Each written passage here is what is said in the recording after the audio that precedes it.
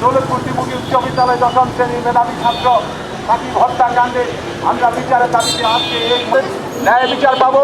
আজকে গ্রামবাসী নাফানগর ১ নং নাফানগর ইউনিয়নবাসী ও গ্রামবাসী একজন মেধাবী ছাত্র এবং তার নির্মম হত্যাকাণ্ডে ন্যায় বিচারের দাবিতে আমরা আশা করি আমাদের সাংবাদিক ভাইয়েরা নগদে ৫০০ টাকা বা তার বেশি পেমেন্টে পেতে পারেন ঢাকায় জমিসহ ২০ কোটি টাকার পুরস্কার।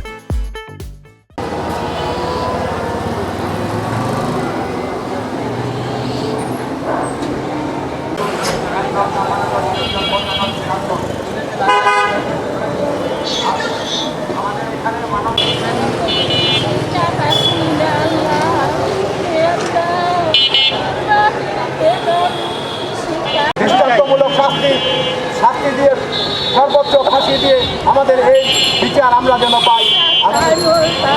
দশম শ্রেণীর মেধাবী ছাত্র সাকিব হত্যার বিচার সুষ্ঠু তদন্ত করে এবং